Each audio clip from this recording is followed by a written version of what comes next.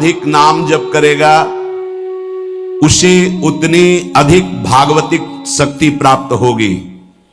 ध्यान दीजिए, जो जितना अधिक नाम जप करेगा उसे उतनी ही अधिक भागवतिक शक्ति प्राप्त होगी।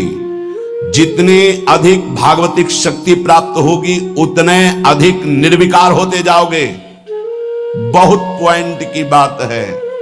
सब कहते हैं हमें ये विकार ये रोने की घिघियाने की जरूरत नहीं है, ताकतवर बनने की जरूरत है।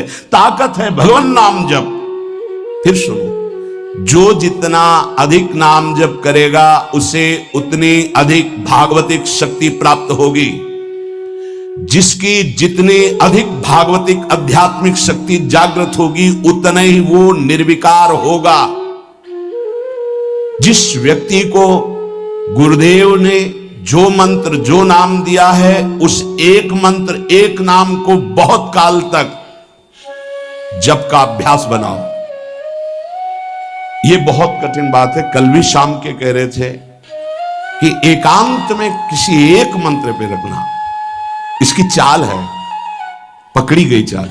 जब मंत्र में लगे तब पद की बात कर रहा है, पद चलाओ। जब पद में लगे तो नाम की बात कर रहा है, नाम चलाओ।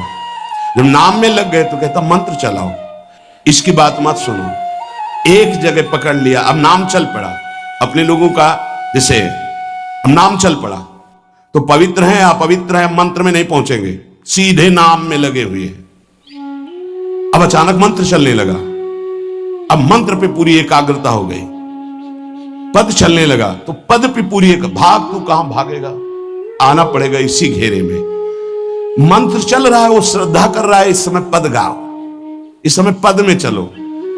बार बार विक्षेप बिल्कुल नहीं सुनना, बार बार मंत्र। क्योंकि जब पद में जाओगे तो वहां भी नहीं टिकेगा, वो कोई प्रपंच सामने खड़ा कर देगा।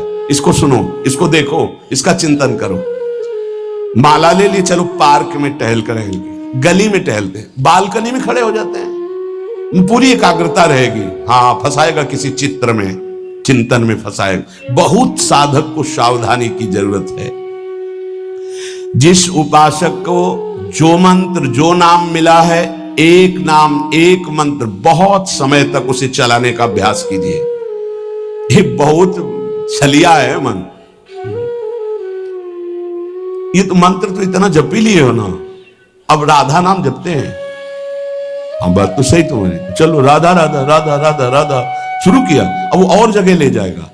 इसका मतलब इसकी सलाह सत से सत, पहले सत से सत और फिर सत से असत में ले जाएगी। इसका मतलब जहां में लग गए वहां में लगना चाहिए, इसकी सलाह नहीं माननी चाहिए। ये बहुत सलाहें देता है, सलाह देना इसकी स्वभाव प्रवृत्ति संकल्प विकल्प, इसी को रोकना है।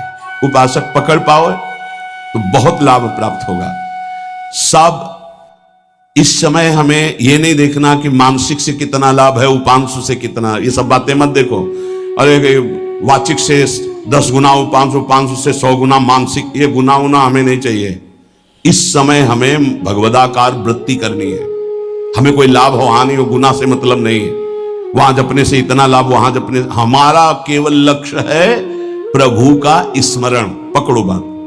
अब वो अगर मानसिक नहीं हो रहा तो उपांशु आते हैं, उपांशु नहीं हो रहा तो हम वाचिक आते हैं, वाचिक नहीं हो तो हम कीर्तन करते हैं। छोड़ेंगे नहीं तुम्हें, बख्शेंगे नहीं। अनन्य चेता सततम, हमें सतत अनन्य चित्त को अपने आराध्य देव में जोड़ना है। जिस उपासक में भोगों की त्याग वृत्ति अधिक है वो बहुत जल्दी सिद्ध होता है। पकड़ो, जो पुरुषार्थ तो करता है पर साथ में भोगों को भी भोगता है, उसकी आसक्ति भजन में नहीं हो पाती, वो आगे नहीं बढ़ पाएगा जब तक वो अपनी वृत्ति को सुधारेगा नहीं।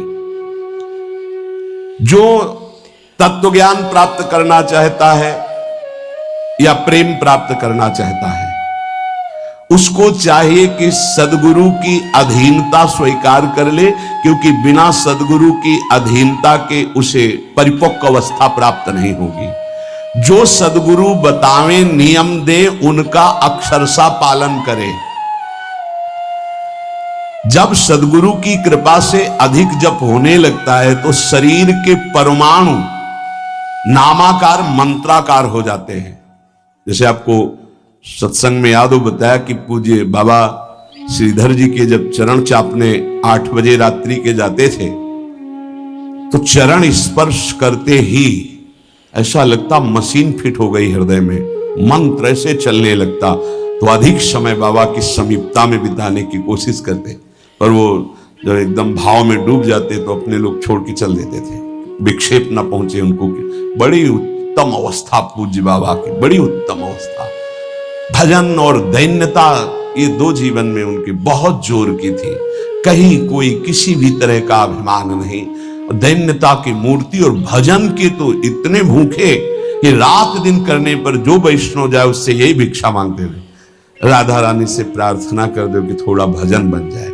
यहां थोड़ा भी भजन नहीं बनता और हम कहते हैं भजनानंदी, और वो भजनानंदी और वो कह रहे हैं कि थोड़ा भजन बन जाए। क्या भजन से प्रीति है उनकी। अधिक जप करने से शरीर के परमाणु मंत्राकार नामाकार हो जाते हैं। बड़ा प्रभाव है महापुरुषों के स्पर्श का।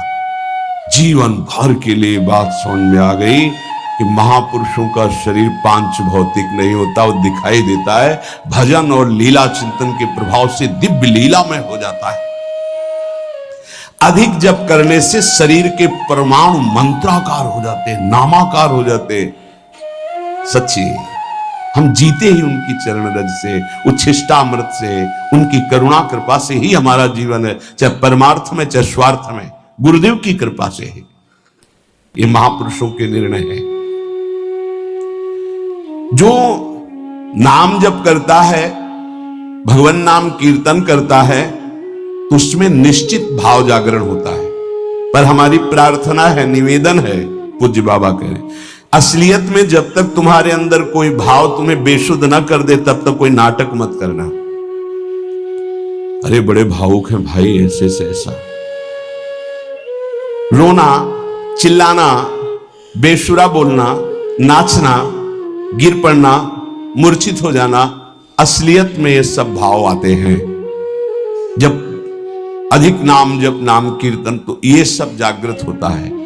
अगर ईमानदारी से जागृत नहीं है तो कोई इस भाव का नाटक न करे, बाबा करे, नहीं तो दम्भ रोग लग जाएगा आपके भजन में और वो आपको पतित कर देगा। अत्यंत बड़े हुए भाव के आवेश में जब आपको स्मृति ना रहे तो दूसरी बात नहीं, आप कभी ऐसे भावों का प्रादुर्भाव दिखावा ना करें, नहीं तो दम्भ लग जाएगा।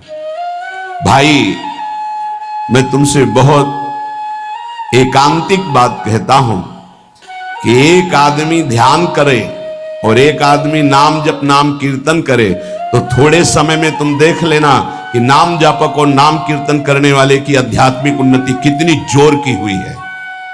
पूज्य बाबा साक्षात ब्रह्म है। इन्हीं की कृपा प्रसाद से पूज्य पंडित गया प्रसाद जी महाराज ब्रजमंडल के सिद्ध महापुरुष, इन्हीं को गुरुदेव के रूप में वर्ण करके ऐसी उच्च अवस्था प्राप्त की थी कि गीता वाटिका से भाई जी और राधा बाबा परम प्यार, दुलार, आदर पूज्य पंडित गया प्रसाद जी का करते थे। देखो कलयुग को बहुत खराब बताया गया है, पूज्य बाबा कह रहे युग है भी इसमें बहुत दोष, परंतु हम आपसे कहते हैं कि कलयुग बहुत महिमामय भी है।